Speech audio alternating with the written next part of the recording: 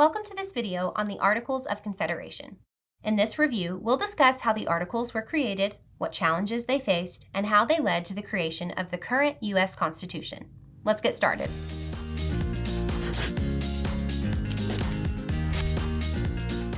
The Articles of Confederation were created by the original 13 colonies in 1777 during the Revolutionary War.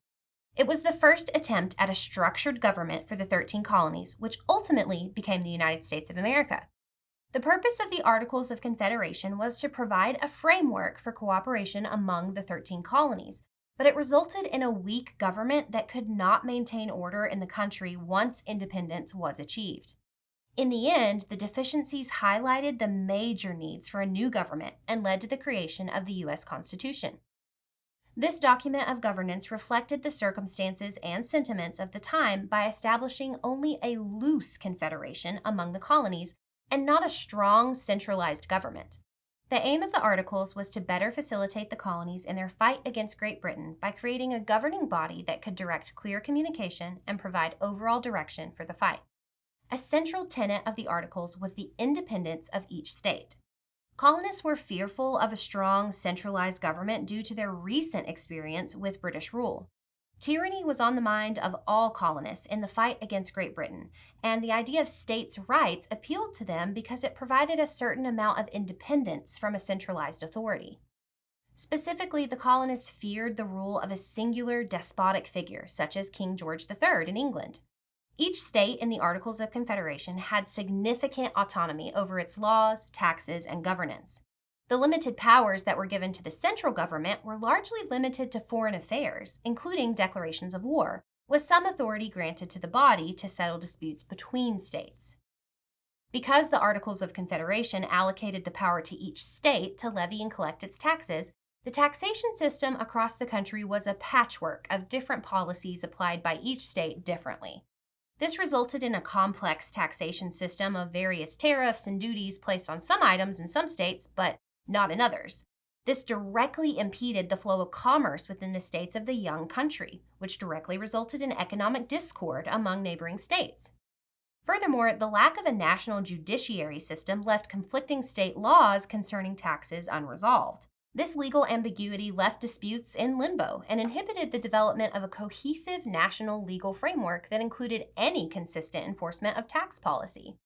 Since the Articles of Confederation did not allow Congress to levy taxes on U.S. citizens directly, they had to request funds from states. All of this was further complicated by the fact that there was not a national currency, only state currencies. The government was in a dire financial situation after the war since it had incurred war debt totaling $40 million, which is somewhere around $50 billion today. Congress's inability to collect taxes resulted in economic stagnation that significantly impeded the nation's ability to recover and thrive in the post-war era. In addition to a patchwork of tax policies across the states, the Articles of Confederation faced immense hurdles in implementing uniform trade regulations and policy. The national government did not have any authority to create or facilitate a centralized trade policy, nor enter into treaties with foreign powers. Consequently, states were almost always in conflict with each other over interstate commerce.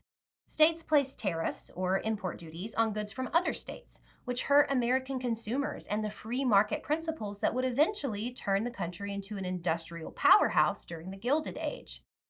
Tensions among states would increase to levels where war seemed inevitable. The states of New York and New Jersey almost went to war over interstate commerce disputes on the Hudson River and access to the port of New York.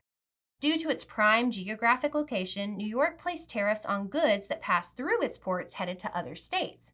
New Jersey, with its proximity to New York, faced the brunt of these duties, and their merchants relied heavily on the Hudson River for their own commercial interests.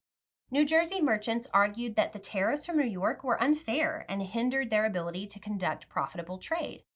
Eventually, both states mobilized militias and war seemed imminent, as the Articles of Confederation could not resolve the trade disputes.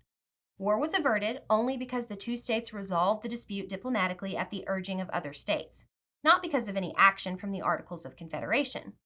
Both states agreed to create a trade commission to address interstate commerce and navigation rights on the Hudson River. There was one piece of legislation that the Congress of the Confederation of the United States was able to pass while it existed, the Northwest Ordinance of 1787. This legislation established a system of governing the Northwest Territory, which ran from north of the Ohio River and west of Pennsylvania to the Mississippi River. It specifically outlined how territories could become states by establishing a territorial government based on self-governance. The conditions outlined in the legislation for territories to become states were later adopted by the U.S. Constitution. However, there were two landmark decisions within the Northwest Ordinance that would have everlasting effects. First, the legislation made it a requirement for each new territory to set aside land in each township for the support of public education. This placed importance on public education for the first time from a federal level. Second, the legislation forbade slavery to exist within the territories created. Consequently, the first division between free states and slave states was created. This was the first effort on a federal level to address these issues and would directly influence the approach of the U.S. Constitution and early government actions. Economic issues are ultimately what brought states to the table to discuss amending the Articles of Confederation. Prior to the Constitutional Convention in Philadelphia in 1787, a smaller gathering known as the Annapolis Convention took place in Maryland, organized by Alexander Hamilton. Although the convention was not well attended, representatives from several states did come to the convention to specifically discuss commercial issues and interstate trade regulations. There wasn't much the convention could do since attendance was sparse, but it did serve as a catalyst that created the Constitutional Convention. Specifically, the convention had delegates present from the largest and richest states, Virginia, New York, and Pennsylvania. The presence of delegates from these states helped to secure momentum and recognition of the deeper-rooted problems that led to the subsequent convening of the Constitutional Convention in Philadelphia the following year, which led to the creation of the U.S. Constitution. Overall, the Constitution aimed to address the weaknesses of the Articles of Confederation by creating a more effective and centralized government while still preserving a balance between federal and state powers.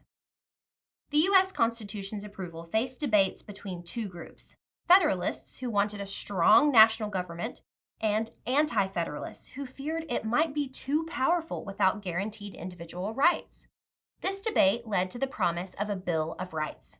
Eventually, the Constitution was ratified, and George Washington was elected the first president in 1789, marking the end of the government under the Articles of Confederation.